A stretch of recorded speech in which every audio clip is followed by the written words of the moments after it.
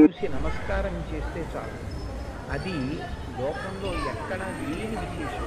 ఒక్కసారి ఆయన ముఖం వంక చూసి నమస్కారం చేసి 16 నామములు ఉన్న శ్లోకం చెప్పి బయటికి విడితే చాలు, విజయం సిద్ధిస్తుంది అని. రెండవది ఆయన యొక్క అపారమైన కరుణ. ఇంకా అంతా ఇంత కరుణ కాదు విఘ్నేశ్వరుడు. ఆయన క్షమించినంత తొందరగా ఎవ్వరూ క్షమించరు. మీరు చూడండి, అందరికన్నా ఎక్కువగా మరిచిపోయే లక్షణం ఎవరికి ఉంటుంది అంటే పిల్లల యందు ఉంటుంది. మీరు పిల్లలు అనేటప్పటికీ ఒక విషయం జ్ఞాపకానికి తెచ్చుకోవచ్చు.